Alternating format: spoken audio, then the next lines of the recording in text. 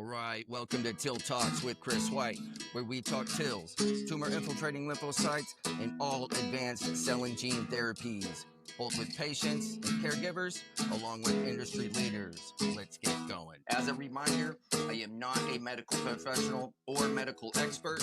I am only a professional and expert on my story and my experience. If you are needing or seeking medical advice or assistance, please reach out to your care team. What's up? What's up? Back with TIL Talks with Chris White. Today, I have a very special guest with us. I want to introduce everybody to my good friend Betsy, who is a parent, a caregiver of a CAR-T recipient that literally saved her son's life by being able to find and do this treatment after they had exhausted everything possible and available. Sounds very familiar. So I could go on and on, but as always, I'd like to just say, hey, Betsy, give us the 101 on who you are and tell us about your story, your son, and your experience. We'll go from there. Hi, Chris. Thanks for having me. You're right. We are best friends. Who knew? We only met, we met at a foundation event a couple years ago, but we spent some time together last week. And I came home telling everyone about my time, saying, I spent time with my friend Chris. Yeah, me and my friend Chris. And they were like, who is Chris? And I was like, you do feel like a kindred spirit, even though we haven't been friends too long. Not yet, anyway. So my name's Betsy. I am a mom of my three children, Bowden, who's 13, Jude, who is 12, and Selah, our daughter, is 8. I'm married to Joshua, and that's kind of like the cute high level of our family. We live in Longmont, Colorado, and we are about 5 years out from CAR T therapy for our son. So I'll rewind if you want back to his original diagnosis. So in January of 2019, he was 6 years old. He's our oldest child. And Bowden was a very lively, active, energetic 6 year old. He played sports. He wanted to be involved in everything. He was silly. He had this very cackly laugh, and he was just super normal. I say that all to say we always joked that he never got sick. It was this thing that we could count on one hand the number of times Bo had been sick in his entire life. And so in January of 2019, he came down with what we thought was just a normal virus, but it got pretty bad pretty quickly, and he had a really high fever. And the thing that kind of set it apart was actually that none of our other children got it, nor me or my husband. And so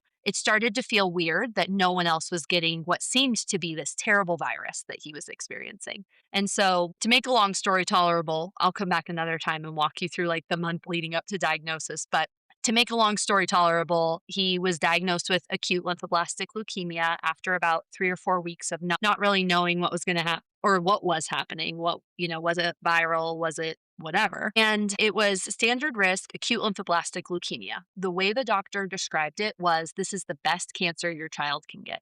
If your child is going to get cancer, this is the one to get. It's got an over, I think, 96, 97% cure rate. It is the most diagnosed cancer and therefore the most studied. And so we went into treatment feeling wrecked and thrown apart by the diagnosis, but also very aware that we were in a great position. We had a lovely treatment hospital in Denver that is, a well-run institution, has all the current medicine, and we felt pretty good about getting care there.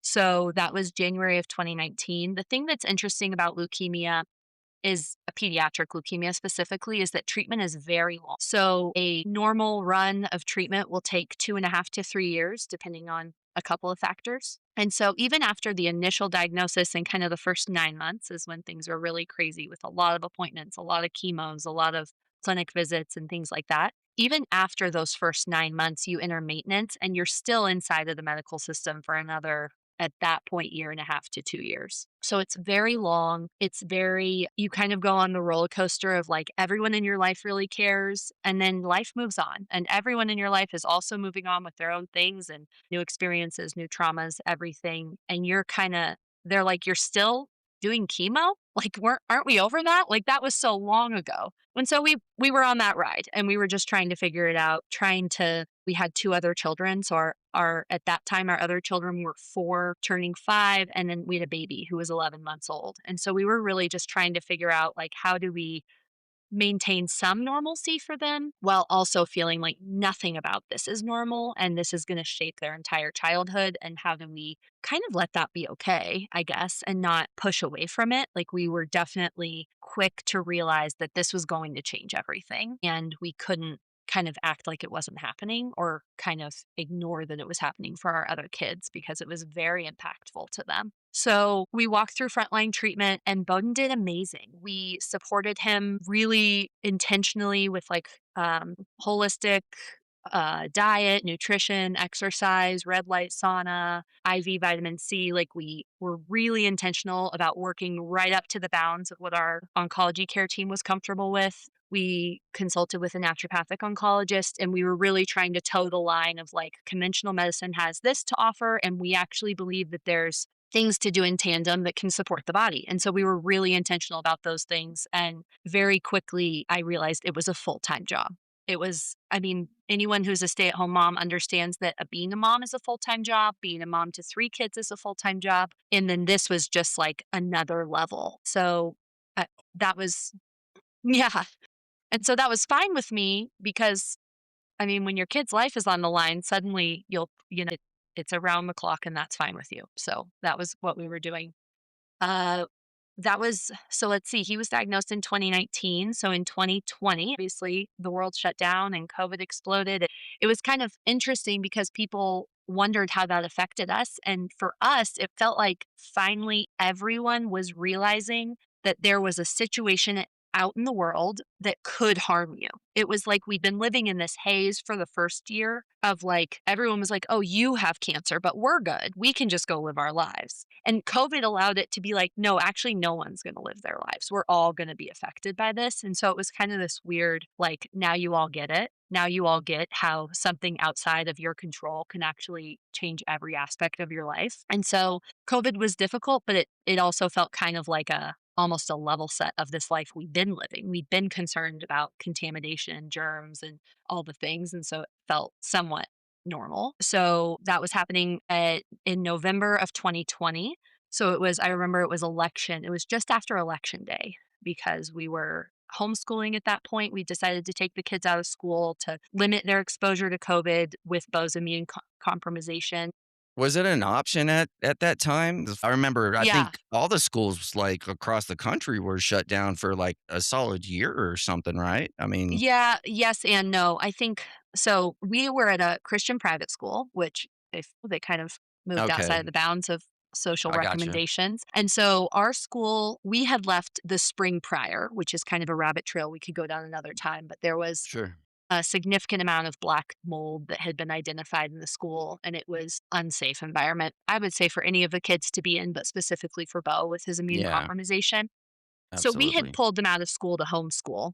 And then in the fall, that school had started back with in-person learning because they were a private school, so they could kind of operate outside the Okay, bounds of okay. all that. But we were homeschooling, so that was fine. And it was great. We actually loved homeschooling while we did it. And it was the election. So I remember because we were watching the polling results from the day after. And we had been to clinic the day before for a routine lumbar puncture. So in maintenance therapy, every 4 months, or pardon me, every 3 months, once a quarter, you're doing a lumbar puncture, testing your spinal fluid, administering methotrexate chemotherapy into the spine, and then I believe you also get vincristine via an IV. So that's once every quarter. And lumbar puncture, meaning that's a spinal tap, right? Yeah, a spinal tap. So you Okay. insert a needle into the Yep. cerebral spine to get the Which is cerebral spinal fluid. extremely painful, by the way, for anybody that's ever done that. Yeah, so we'll go off on this tangent because I love Yeah. you saying that. Most children and adults even, but specifically children, they always do the lumbar puncture sedated. They use propofol. It's like an in-clinic outpatient procedure. And one day, probably, I mean, a year before this, so like 9 months into treatment, told his attending he wanted to do it awake. He hated propofol. He hated how it made him feel. He felt groggy. He felt sick to his stomach. And he was like, 7-year-old boy was like, I don't want the medicine. I want to just do it.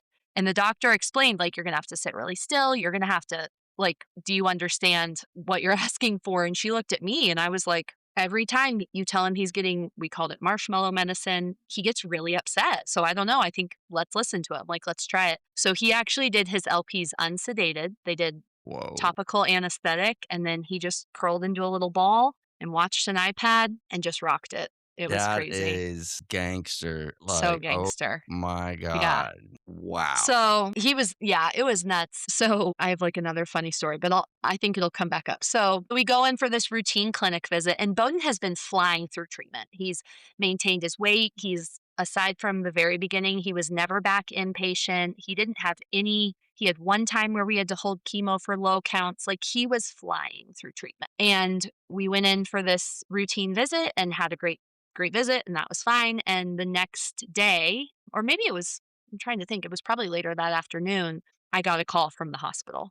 And there's times where if you see the hospital's name on your caller ID, you're like, oh, fuck, like this is Yeah, not a good, right? 100. Like you don't even have to know. You're just like, oh, fuck me. Like, why are Can't. they calling?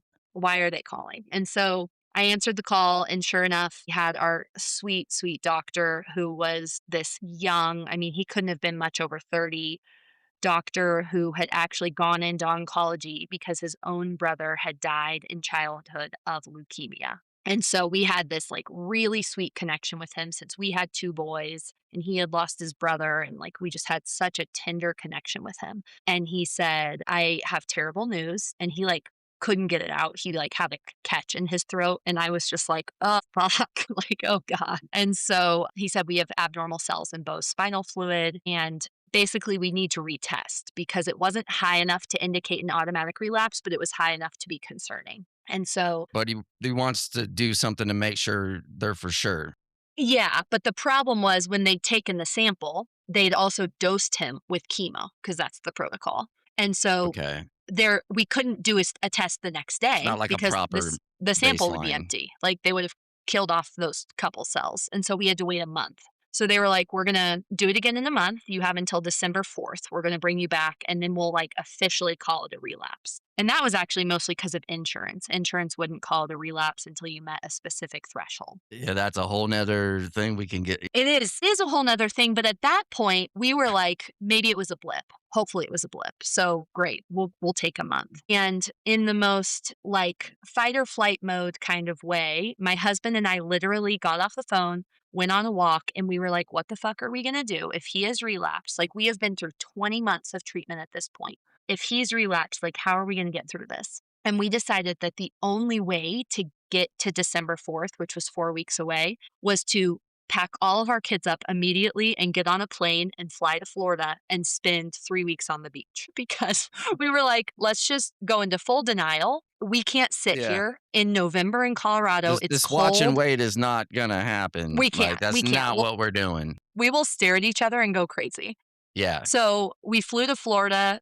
And as in Florida, COVID didn't seem to exist. And so we got there and it was just like the land of nothing. It was like no one was wearing masks. No one was distancing. Every bar was open, which up until that point I was annoyed and perturbed by. But for that little window of time, I was like, this is what I need. I need a whole group of people that don't give a fuck about what's happening in the world. Florida and To just- Colorado are like different countries. Right. Especially in November. This was November of 2020. Yeah. Oh my So at that point, they had told us if he has relapsed, it will be considered an early spinal fluid CSF relapse, which is a little better, but it's still bad. And he will go, basically, you just restart 2 years of therapy. So, but instead of doing a standard 2 years, you're going to do more intense chemo. So you're going to be inpatient for more, you're going to have higher doses. And then if it doesn't clear, you're going to get cranial radiation. And so it was bad news. Like it was terrible news. None of that sounds good at all from any angle. We were through 20 months of this, like And almost that's 2 years of our what they're life. telling you now. Oh my And they're God. saying,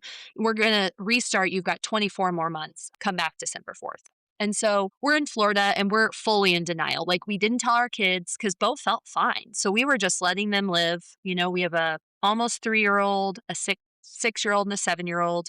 And we're just like on the beach. We're fishing. We're going for hunting for shells. We're just in denial. And during that time, I kept thinking to myself, there has to be another way. We cannot go back into 2 years of chemotherapy. Like chemotherapy did not work. He has like very few kids relapse, even fewer relapse in their spinal fluid. This is like a fraction of a fraction of a fraction of the type of relapse people deal with.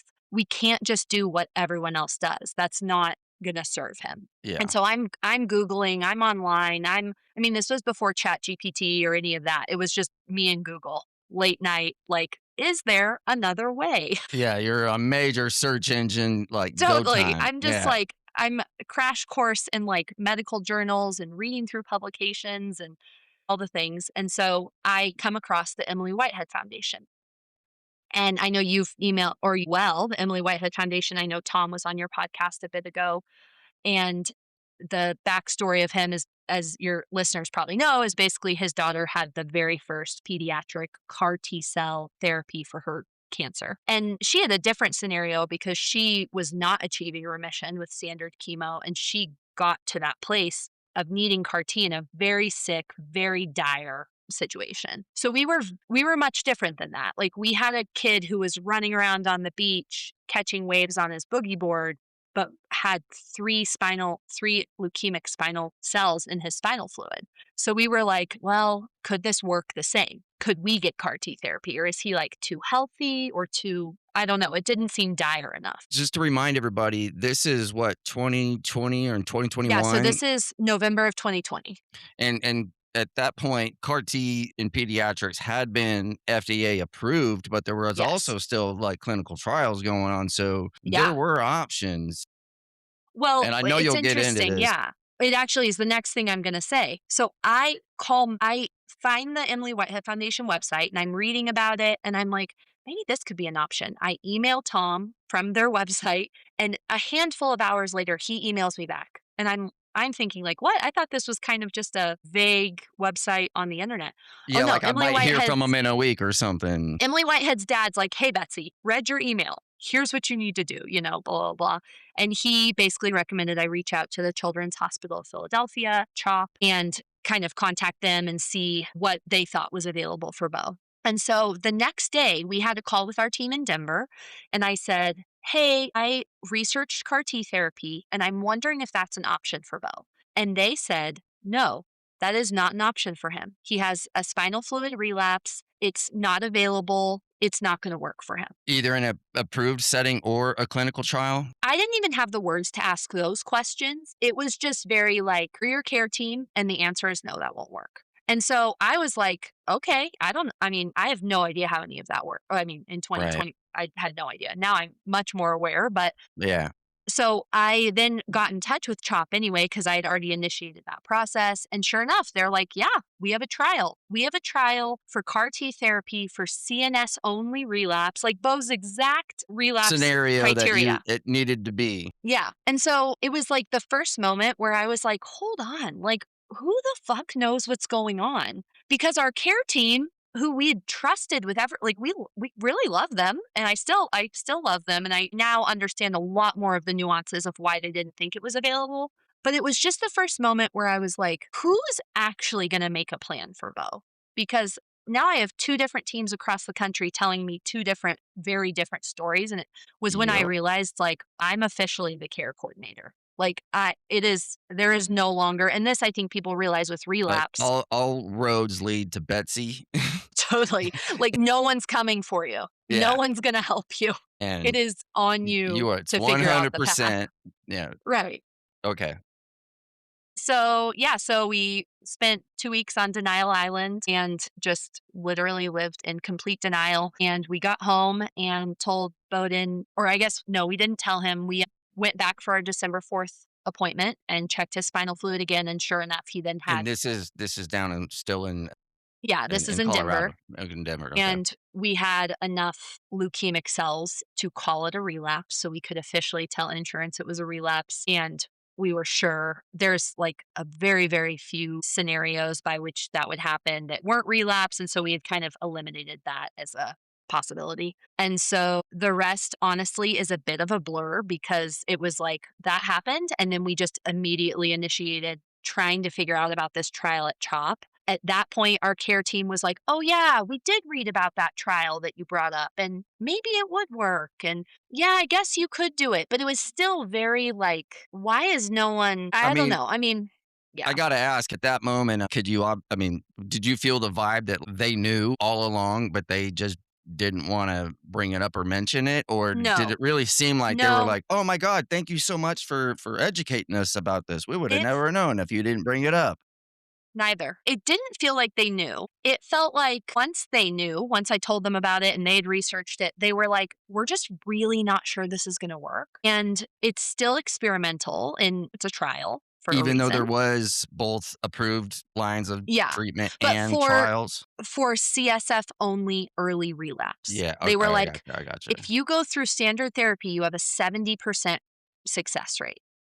And I was like, 70% with 2 more years of chemotherapy and possible cranial radiation, which has like a whole host of side effects. Whereas at that time, the CAR T therapy for his relapse was like 77%, maybe. So they were like, we just aren't really sure that this is worth the trial. Like you have a path in front of you that'll work. And we were just like, that doesn't feel like it works. 2 more years of chemo that did not work for the last 2 years, and you're just seeing if it works again. Like that doesn't feel like a That path. just sounds like bananas. Totally. And then at one point, and honestly, I don't remember if it was this or then he got CAR T twice, which I'll tell you about. But at one point, they were like, well, we could do it locally. Like Children's Colorado has a CAR T program. But at that point, our insurance wouldn't cover it. They wouldn't cover local CAR T because it wasn't approved for CNS only relapse. So the options were to pay out of pocket, which was $750,000,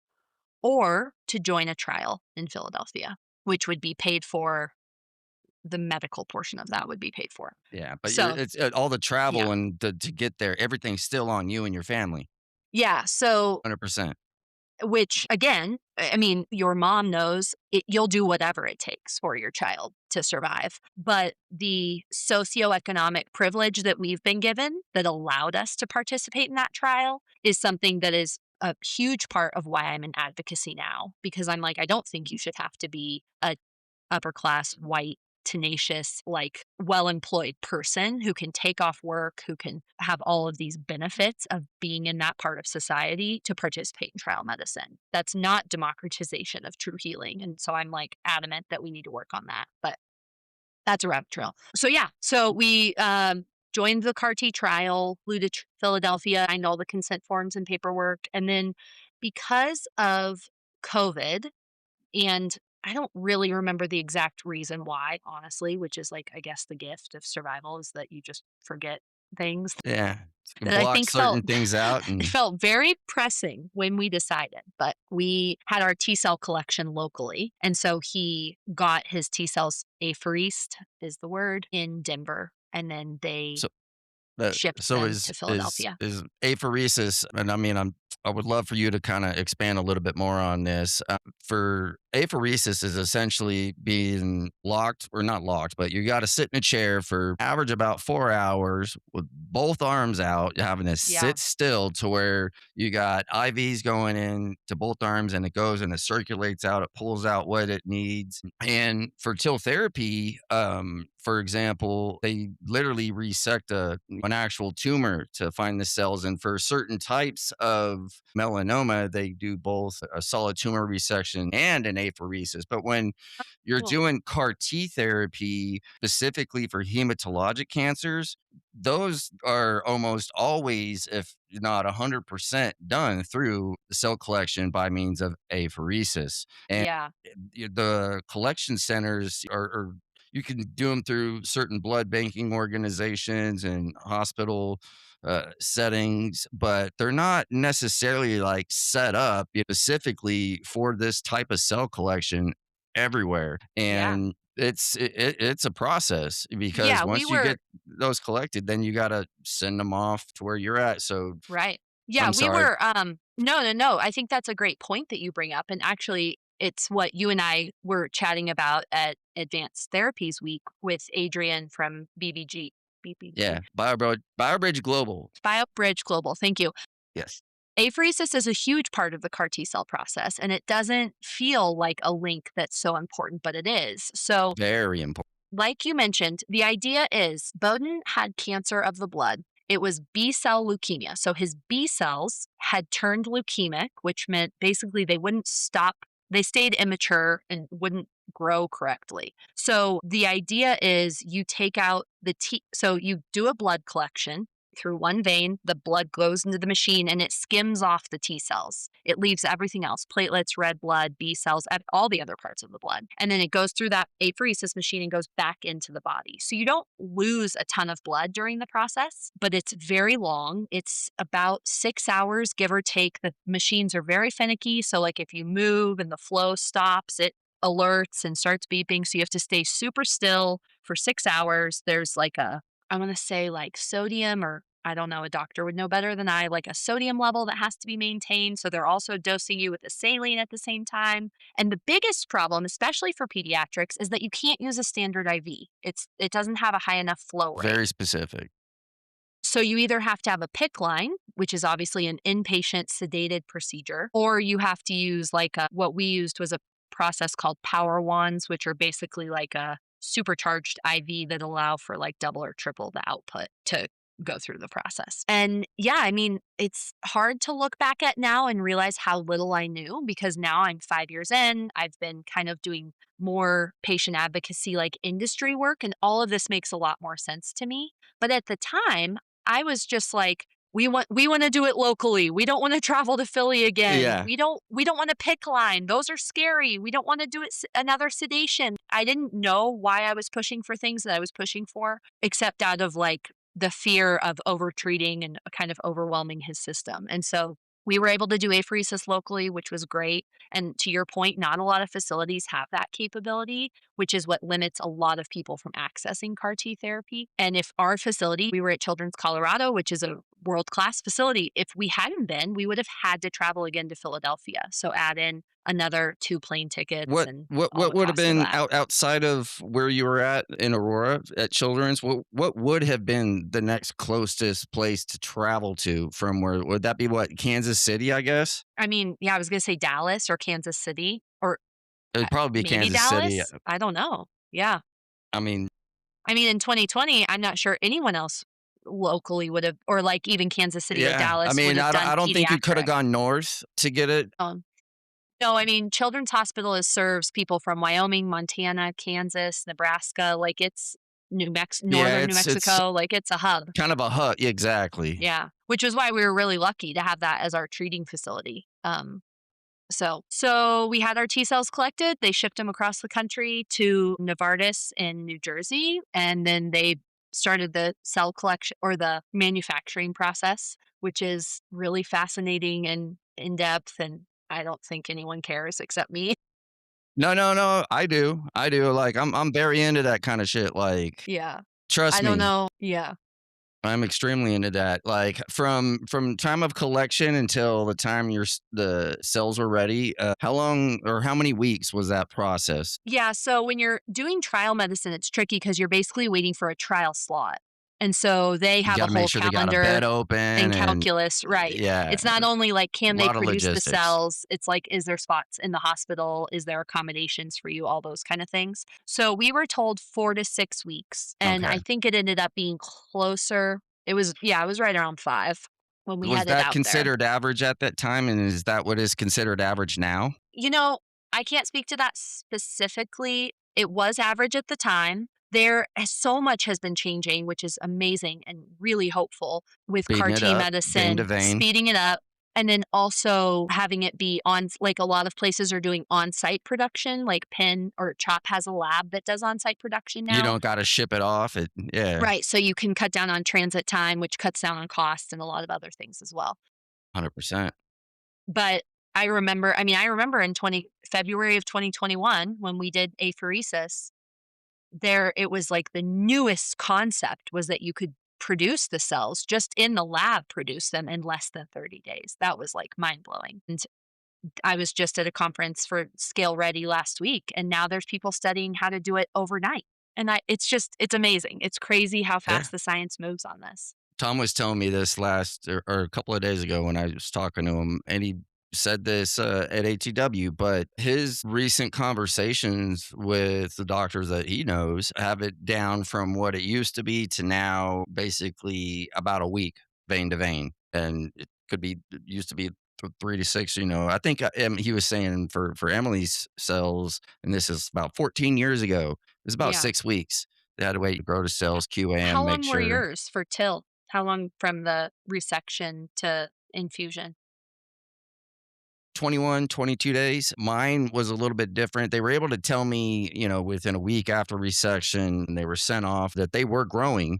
My Mhm. initial infusion date was set to be in the middle of December of 2019. But after I had my baseline scans and I had the brain metastasis and excluded me from the trial, it kind of Yeah, got delayed. But they were able to finish growing the cells and then freeze them, put them on hold and sure. everything, make sure that once I was able to prove that I was stable and in reduction and could enter back into the trial, complete the washout period. But I knew within a week from my initial resection that the cells were growing and to plan for a date of like the middle of December. And I did my resection like at the end of the month. It was like Thanksgiving week of Oh, yeah. 2019. It was all set up. And I just remember thinking, like, oh, I'm going to be spending the holidays like through the hospital. I think it would have been like right around Christmas Day was my original infusion date, but due to Yeah. the whole brain metastasis scenario and having to stabilize that and everything, I got bumped to January 15th of 2020, which was like the final and last infusion date. But I was the last clinical trial patient, and the process for it all, on average, as long as they have the beds and everything and they can navigate all the patient, but the whole cell growth process in order to get your batch grown and then QA'd and Mhm. everything to make sure Yeah, everything's quality, copacetic and yeah. all that.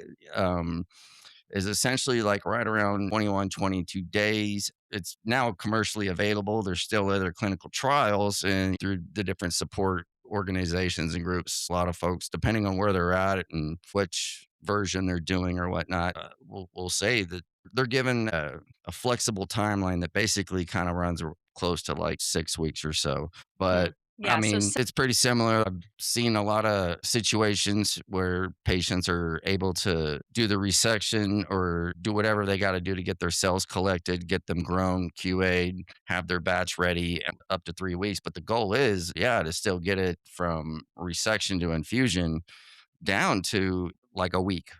yeah, as quick as That possible. is, yeah, Well, ASAP. and I think that it speaks to the nuance of people, I was gonna say children, but all people who are getting cell and gene therapy, which is for Bowden, he had 7 rogue cells in his spinal fluid. He did not ever have relapse in his marrow. We had the T cells apheresed, and then we were given a date in March, and we just had to do some interim chemo to hope that nothing came back. Bridge therapy, right?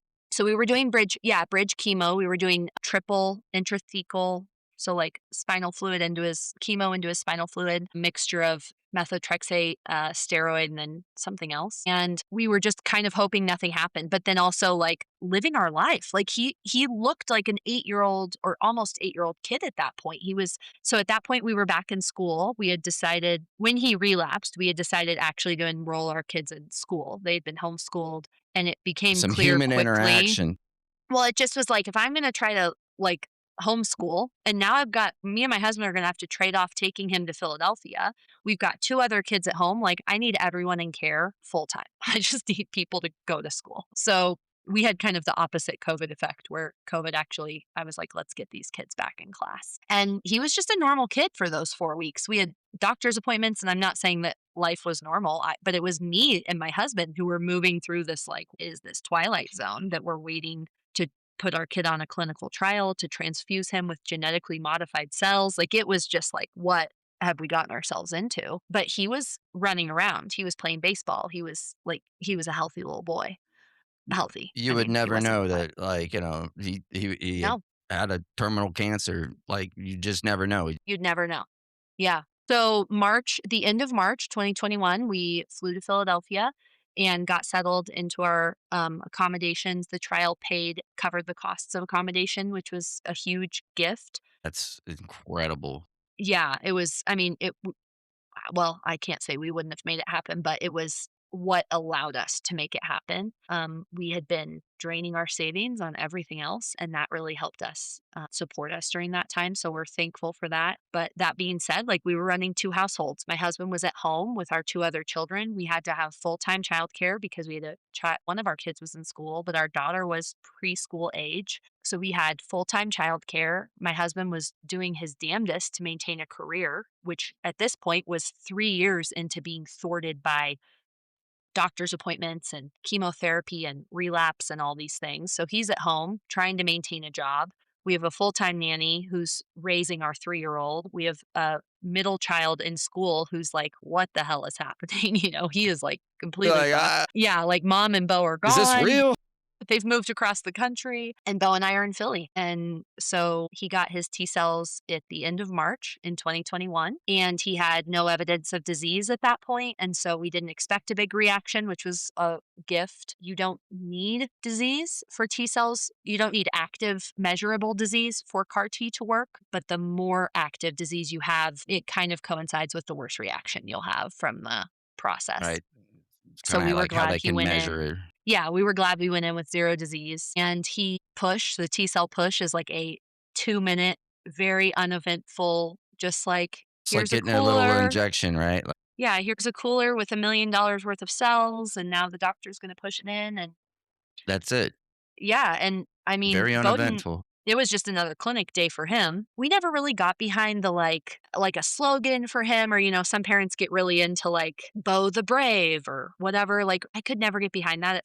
It just didn't align. I don't know. It didn't vibe with me. At Chop, a lot of parents would have like signs or like balloons and get cell day. And I just was like, I don't know. I just want to That's survive this. for anybody that's ever done a cell therapy. I mean, this is called your day 0. Right. This Yeah, is like your like, restart. yeah, it's your So some restart. Like, people make it a huge thing, and for us, it was just like another day at clinic, and I just felt like I was in a daze watching this whole scientific process that I still felt like very ignorant to, and a lot of like money and economics, and just like what is the system we've found ourselves in. I didn't doubt that we should be in the system, but it felt like, I mean, I'm still shocked that that's the path our life took, I guess. So yeah, he did not have a reaction to his cells. He didn't have measurable expansion either. So we knew early that I guess I should say there was murmurings among the nurses early that they weren't sure things were happening the way that they wanted them to be. And so there's some measures, I don't even know what they are, but there's measures on like day 7 and 14 where they're measuring the expansion process, and Bo wasn't having the measures that they wanted. And so it became, well, it's trial medicine. So everyone's still like, we just don't know. Maybe, maybe. So we waited and suck. held on. And on day 28, he had his procedures. So we'd been in Philly that whole time. My husband and I at that point had switched off, and, we'd been we brought our other kids out for a week at one point. We were trying to make it as normal as possible, that this was kind of our like vacation, and we were just doing this thing. And On day Bo's like basically living in the hospital, and you and your family are like switching off, No, taking turns. no, Bo was never impatient. Oh, He okay, okay, literally is like in a high-rise apartment, fancy hotel in Philly. He thinks this is the dream. He's like, I okay. don't have to So go to school. I he walk, like, me and my doesn't have mom the walk and get classical pizza. experience of No, like, and hey, I that's got to what's go so be admitted and stay in a hospital for a couple of weeks. Like, not he at just all. thought he was hanging out in a hotel, and He not to glorify it completely, but there's 4 days of pre-chemo before your CAR T procedure. So you have lymphodepleting chemo, which basically cleanses the immune system and makes room for the expansion of the T cells. And it's 4 brings your very white hard cell days. count down to a blank slate, right? Yeah, you get very low, and you basically kill off and just make room for these T cells to go in and Yeah, expand. And those are 4 very hard days of chemo. So they he are. was definitely sick and tired, and it's not that he had a neutral experience. But after the administration through day 28, he was tired, and he was, I guess, really just tired. He didn't have an appetite for many months after CAR T therapy, but by way of suffering, he reflects on Philly as being like the time of his life. He has such a sweet, Tinder, like, we watched diners, drive-ins, and dives every single night. We Yeah. ordered food from Grubhub, which was like a novelty to him. He just thinks Yeah. Philly is this, like, land of wonders. Oh, that's So, amazing. Like, yeah. did y'all by chance get an opportunity to go over to the Museum of Art and scope out the Rocky Steps with him when y'all were out there? We didn't go into the museum, but we did see the Rocky Steps, or we did the, like, Rocky. Yeah. Okay.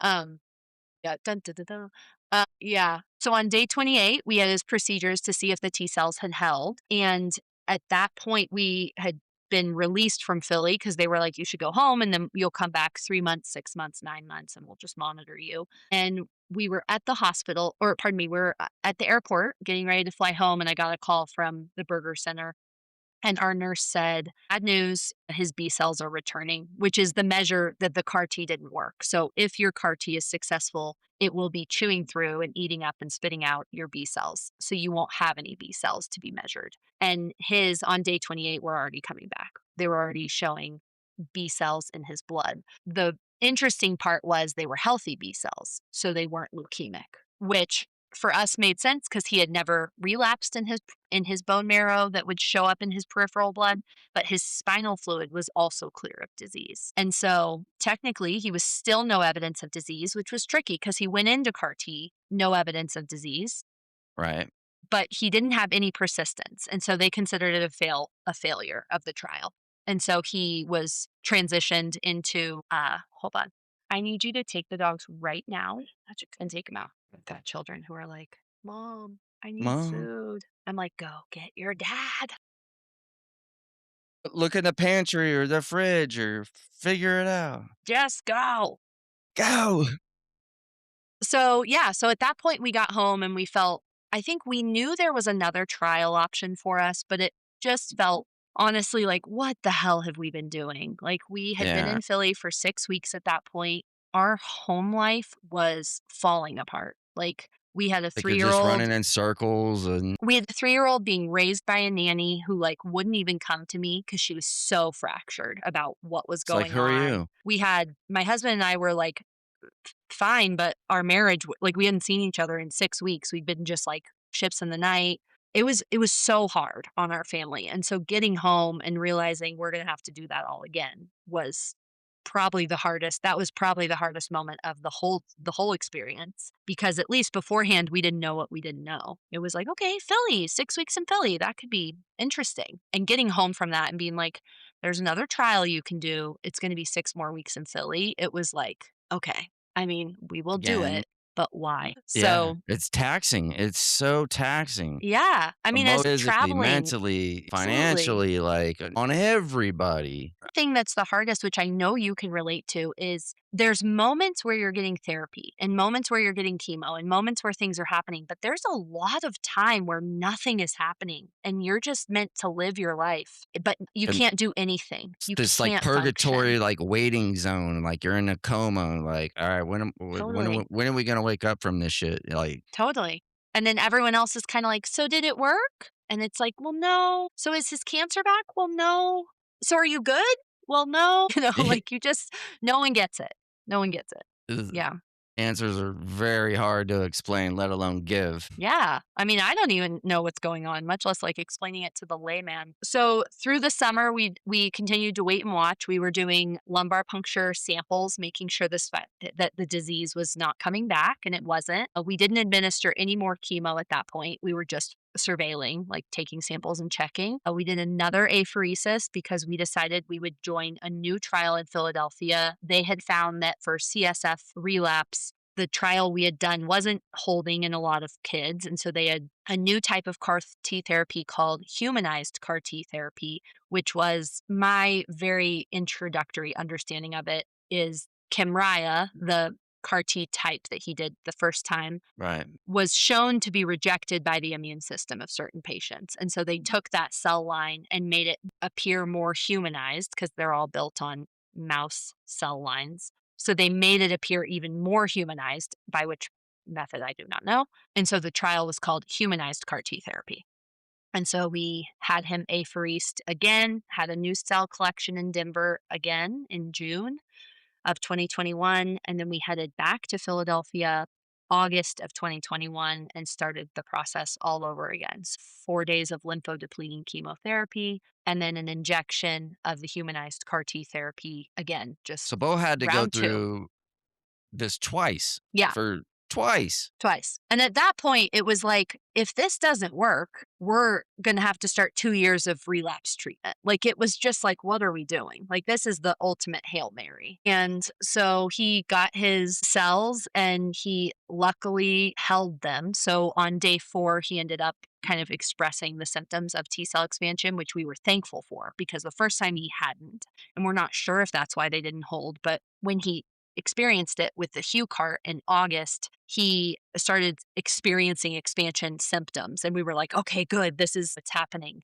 That's a solid sign. Good. You feel terrible. You feel horrible. He had a like crippling headache. We couldn't turn on any lights. He had to be in a completely dark room.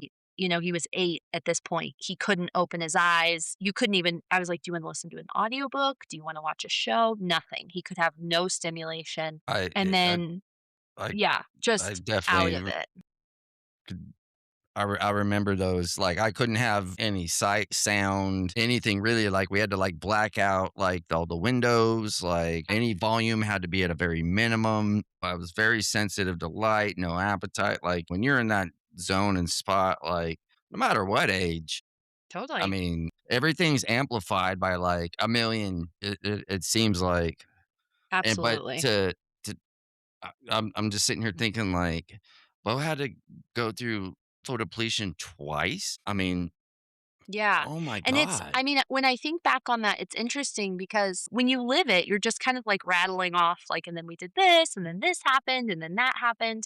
But for example, that August trip to Philly, we decided to bring everyone with us. So we brought our daughter, our other son, Bowden, and my husband because it had been so hard on us in April to be apart for that long that we were like, well, maybe we just bring everybody, find a nanny in Philly, and we'll just try to make it work.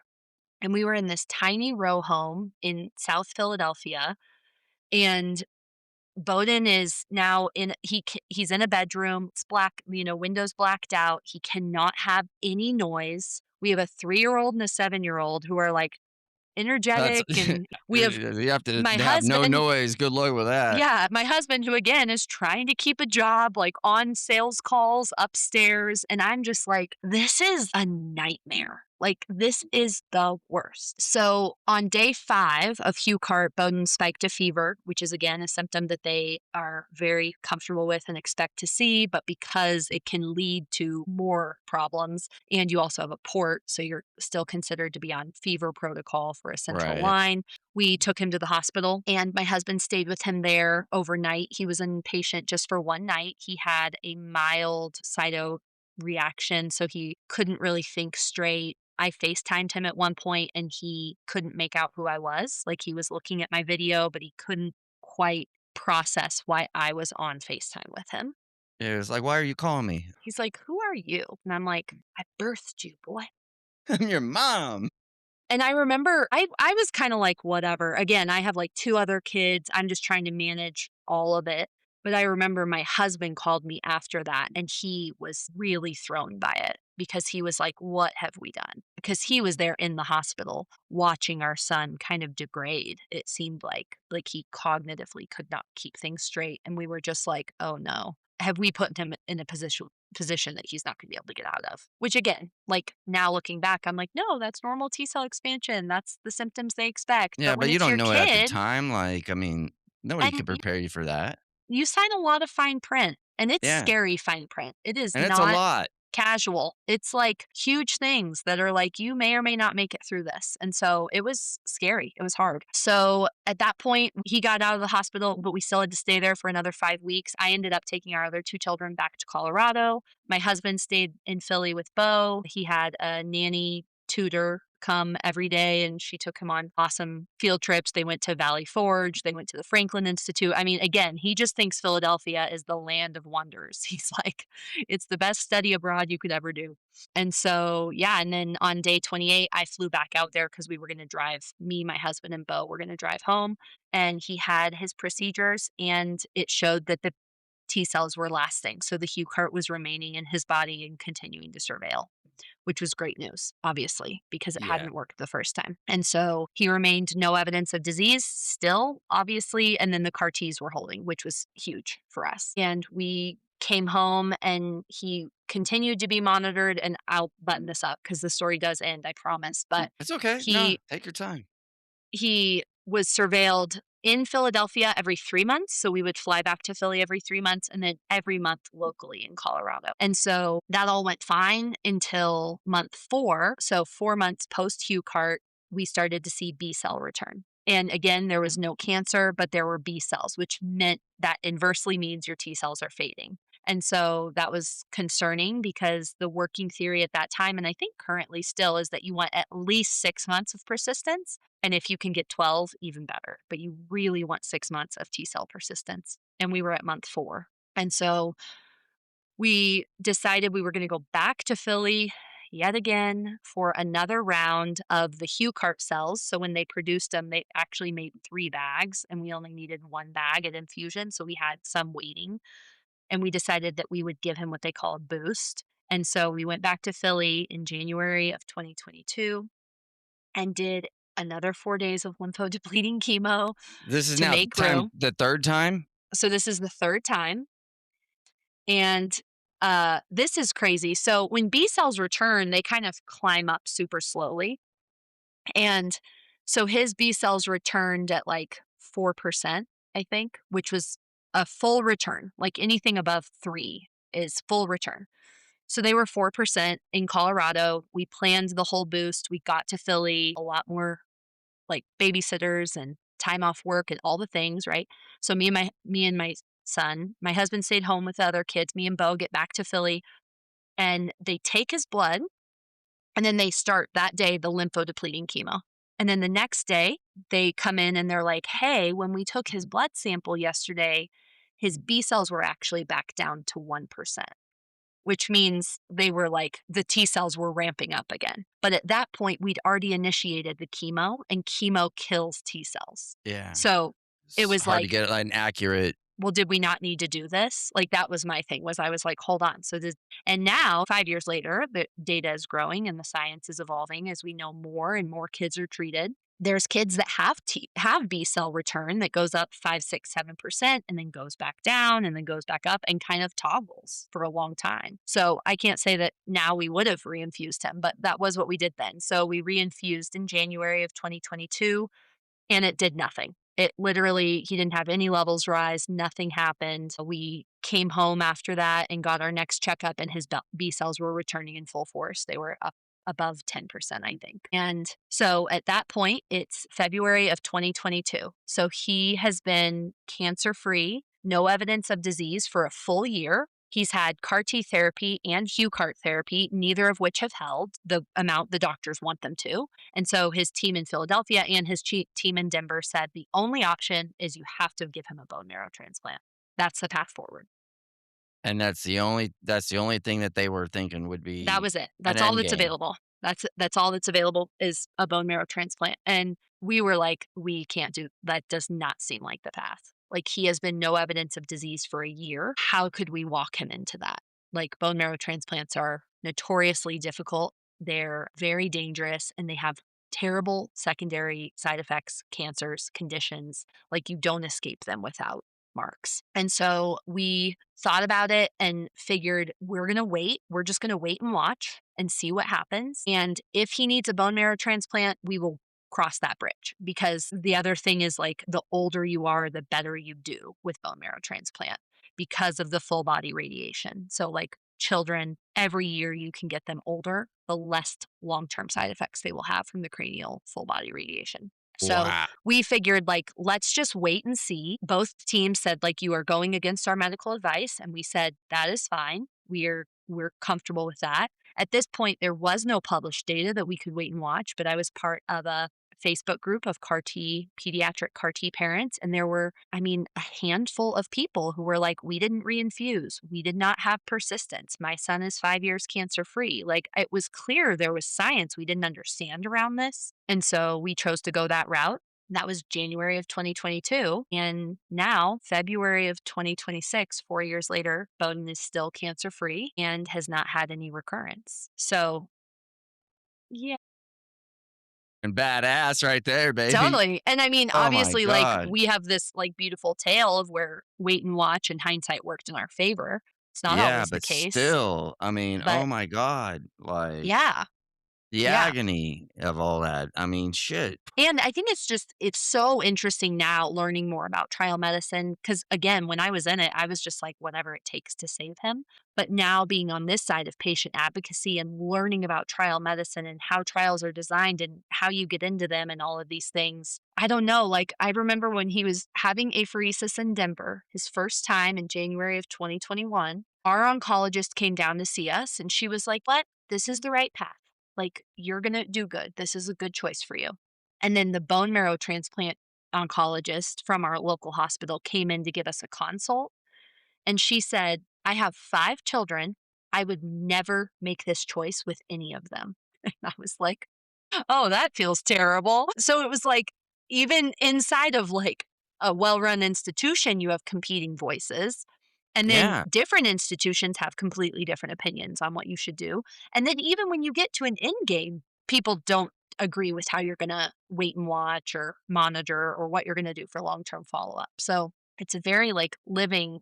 On what you should do or where you should go. It's all over the place, but I Totally. mean, wow.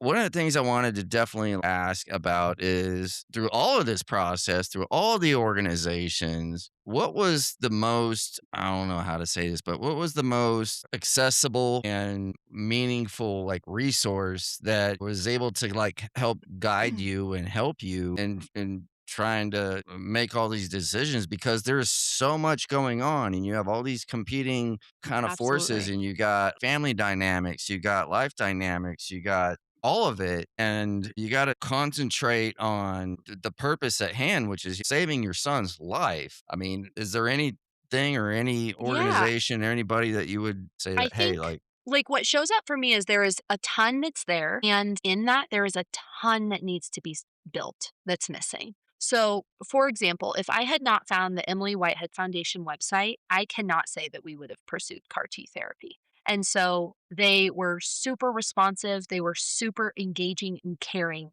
throughout the whole process. So I always, and anytime you talk to me, anytime you hear me telling my story, the Emily Whitehead Foundation is always brought up as a pivotal part of what got us to where we are today. And that being said, they're limited. They're a nonprofit. They're run by 4 people. They're a small team, and so they very small? cannot be Yeah. relied upon to make sure everyone is served. Every patient gets the cell therapy they need. We received some support from the Leukemia and Lymphoma Society, which I think is now called Blood Cancer United, and it was nominal financial support. I think they had a Susan Susan Lang, sorry, it's really irrelevant what the It's fund okay. is called, but Yeah. it No was a worries. fund specific for people traveling for CAR T therapy. Travel for care is what they called it, and it was $500, I think, which is a lot and also not a lot when you start No, yeah. tallying up all Something's your better than bills. nothing. Yeah. And I remember I had actually put my mom on task with calling them, and every time she reported back, she would remark about how kind they were and how nice and just thoughtful the representatives were that she spoke with. And so I think they're a really, really beautiful organization. We had a local nonprofit that is local to Colorado who actually paid for our mortgage 1 month. Oh, that They is incredible. Yeah, and they only help kids who have relapsed, which I think is really special because once you get into the cancer world, I'm sure you've experienced this, like there's need everywhere. There's Oh, gaps everywhere. 100%. There's 100%. this group of people that's being neglected or there's this thing we're not considering. So, it's not to say that anything's more important than another thing, but this nonprofit's son had relapsed and they had realized that diagnosis is hard, relapse is next level. And Yeah. so those were the only families they served, which I thought was really kind of unique and That's pointed. very unique. Yeah. It's definitely needed, definitely wanted, and always appreciated. I mean, like, you don't know what Absolutely. you need to know until you need to know it, and how else are you gonna be able to navigate through all of this unknown without this kinda help? Absolutely. You know And what I I'm saying? think the other thing, and this is where I guess I say like we have a long way to go. We have come a long way and we have a long way to go, which I know is something you and me align with a lot around patient advocacy and kind of like patient-led trial design and things that incorporate the reality that we're treating people. We're not treating a disease, which is what we talked about when we were together, when you and I were together last week. Yeah. There's a lot that's missing, and there's a lot of kind of holistic care of I mean, like, for you, we've talked a lot about, like, your job and your career and how much that changed as you progressed through treatment. My husband experienced the same thing. For us, our family, like, how our family dynamics shifted and how much, like, really intentional repair through therapy and other methods that we had to put into our family to get us back to a whole place, which is not covered by insurance. It's not covered by nonprofits. It's not covered by the trial. And I guess just having to reconcile, and I talk to families about this all the time when I talk to them about trial medicine. I understand there is a tendency to say, I will do whatever it takes. I will do whatever it takes to cure my child. And also, we can't overlook how much of your life is just thrown to pieces Yeah. by participating in a trial. Don't understand, like, the aftermath of the destruction. It's, like, very intentional about talking about if there's a more and enough investment in survivorship from the aftermath that there is leading up to the point of your last treatment or from traditionally, it's from the time you're diagnosed until the time you receive your last treatment, that's where all the investment is on all the different types of resources, but once a patient finishes their final and last treatment and or is declared in remission or Right. NED, cancer free or cured or whatever you want to call it, like there's little to no investment on that person and their caregivers that helped them to get there afterwards. The rates of people that go bankrupt, like myself, from not just medical debt, but trying to navigate life. It's like you put all this investment of like, I will do anything and everything I have to do to get to this survivorship point. And but then after that, it's like you hit a brick wall and there's Yeah. nothing. Like it's And silence. Like, well, and to your point, you put your career on hold or you just walk away from your career, either yeah, as the patient or as the caregiver. Or I would beg to reason, like with your parents, it's one thing with a pediatric care position, it's very obvious that the parents are a primary role. But with adult oncology, you don't realize how many people are kind of the support system. And are they getting the care they need? Are they getting the yeah, trauma therapy? Like these are intense scenarios which we are putting people through to save their life. And then kind of like, okay, you're healed. And I think I understand this is where I get real soapboxy because I'm like, I get it. No one wants to pay. The insurance companies don't want to pay. The trial designers, it's not what they're studying. But I'm like, who is going to acknowledge that we are moving people through a medical system and putting them out, maybe cured of disease, but less whole than they were when they went in? And that's where I feel like I get real, like, give me a mic and let me yeah, talk to people because 100%. I think the long term side effects, emotionally, from a career perspective, socially, like how much falls apart socially when you go through this. I think that there's a lot more room for us to support people better so that they don't have Absolutely. those outcomes. Because especially over the last like decade or so, if not more, I don't know, decade and a half, there's more cancer survivors and cancer survivorship than there ever has been since they've been recording cancer statistics. And so, Right. um, that's, I mean, got to be taken into account, and whether it's a part of clinical trial design, commercialization, whatever it is, like, there's a multidisciplinary type of team that gets you to that point. But so there's got to continue to be that same sort of thought mode of a Yeah. multidisciplinary Well, team to have to get you on the second or opposite side of it all. yeah, it's almost like when you have cancer, what you're fighting. It's very obvious. It's showing up in blood work, right? It's harder to identify how trauma's living in the body of your care team. Like, I'm part of a Facebook group. There's 11,000 parents of pediatric leukemia children, 11,000 parents, and people will comment, I'm 5 years off of therapy with my daughter, and anytime she coughs, I have a pit in my stomach and can't function for 2 to 3 days. Like, we have a huge group of people that are just operating in the world like incohesively, that are going to have autoimmune conditions, that are going to have like the rates of cancer in pediatric cancer moms is astounding. Like, there is disintegration in these people's body, and we're not acknowledging it because it's long term or it's down the road. Same thing with PTSD. Like, I'm sure your parents can speak to it. I know Well, I yeah. can. I know my son can't. My middle son, my non-cancer son, can speak to it. I remember we're in a trial as well on neuropsychological effects of CAR T, just as kind of a supplementary data. And I was filling out the form. They send it to me once every 6 months and say, rate Bowden's cognition, basically. And I was filling it out, and it was all about PTSD and anxiety and medical trauma. And I was filling it out for Bo, and I was like, he's fine. He's great. This kid like is unaffected. Fine, fine, fine, fine, fine. And then I thought, if they were asking me these questions about my middle son, I would be answering completely differently. He has huge medical trauma. He's always scared when he gets sick. He's always concerned Bo's going to relapse. I'm like, and he's a child that's going to go undiagnosed and untreated because he wasn't the one with cancer. It's just crazy. Yeah. A whole nother recording You specifically could. just on that. I know. Now you got me hot and bothered, Chris. Watch out. Sorry, I didn't mean to go there, but I mean, No, still, it's all I'm good. just like, over the last, I don't know, 6 months to a year, I've really been trying to highlight on not just talking about other patient stories, but really focusing on the caregivers, the families as a whole. I've said this from day one. Cancer, or my diagnosis, I'm pretty positive, affected my family in more of a way than it definitely did to me. For me, all I had to do was show up.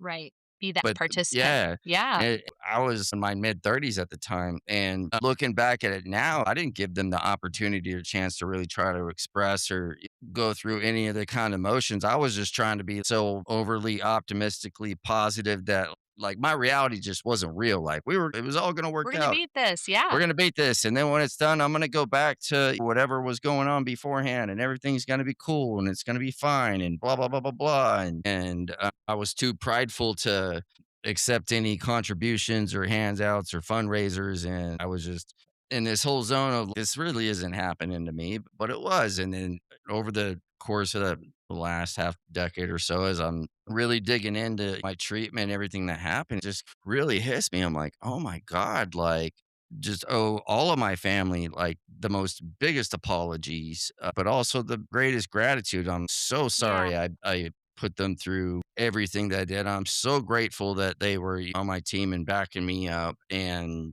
I guess I would encourage you, Chris, because I think all of what you said is true. Like, there is a space where when you're going through it, what you need to be is positive, and what you need to be is like, it's fine. We're going to get through this. And if your parents or your care team needs to process differently, that is something they need to find support for, which I think you and I would agree. Like, let's build them a support pathway that's not you. You're not the one that needs to hear from your mom, like, I really hope I don't lose you. Good vibes only when it comes to the cancer patient, right? yeah, But I also think you bring up something really important, which is, how can we design a space for care of a patient where they're not in survival mode, where they're not in this, like, it's going to be fine, it's fine, I don't need handouts, everything's fine. And instead say, this is going to last longer than you could ever imagine. And even if you have the money right now to get through it, you are going to have side effects and follow ups and long term things that you're going to have to deal with. If there are people in your community that want to support you and want to donate money, let them. Let them. yeah. Like, this is how we take care of each other. It's not a handout. It's not being needy. It's being aware that this road is going to be long. And you acting like you've got it together or feeling like you have to be positive is not what's going to get you to the other side in a way that lets you take care of yourself. 100%. Literally everything that I do or am trying to do is to be able to provide what I wanted at the time that wasn't available to the next person, because I Absolutely. specifically remember asking, I want to be able to connect and talk to somebody firsthand that has done this before and that can speak to it on a level of, here's my experience, here's what you could anticipate to possibly expect, not through a third party organization, but directly. And I They didn't have that available. No, I Yeah, mean, they just said no. I mean, and if you went to go look it up at the time, there really wasn't much there. So right. I swore to myself that no matter how, that I was going to figure out a way to be so loud and so public about who I am and what I went through and what happened to me that if somebody goes to do a search on my disease and or the treatment that I did, that there would be so much They'll out be there connected. that Yes. there would be something positive because I was told from the get-go, "Don't go look it up because there's nothing really positive out there, You and don't there wanna really know isn't what it anything says. out there." And, Yeah, that's 2018, we're in 2026 now, so here's the math on the years.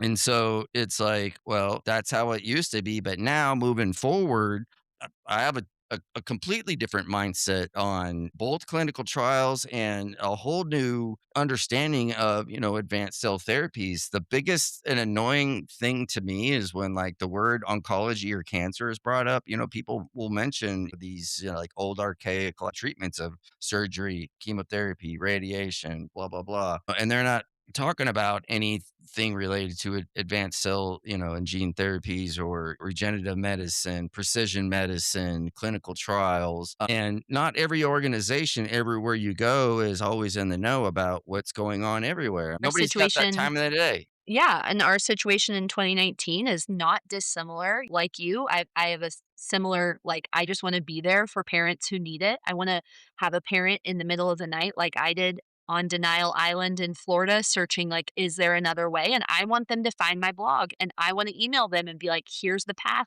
here's options, try these facilities. And I think that's why you and I vibe so hard is because we're like, let's do this. Like, push our way into the room and give us a mic and let's go. Because the reality is, as I've moved more into this patient advocacy space, there's all of this industry and science and technology and amazing things. And then there's all of these patients, and the gap is wide, whether it's because people don't agree or don't know or are naive or have never heard of it. I'm not sure. But you and me are both like, Yeah. let's make those groups connect and figure out how to get them It's connected.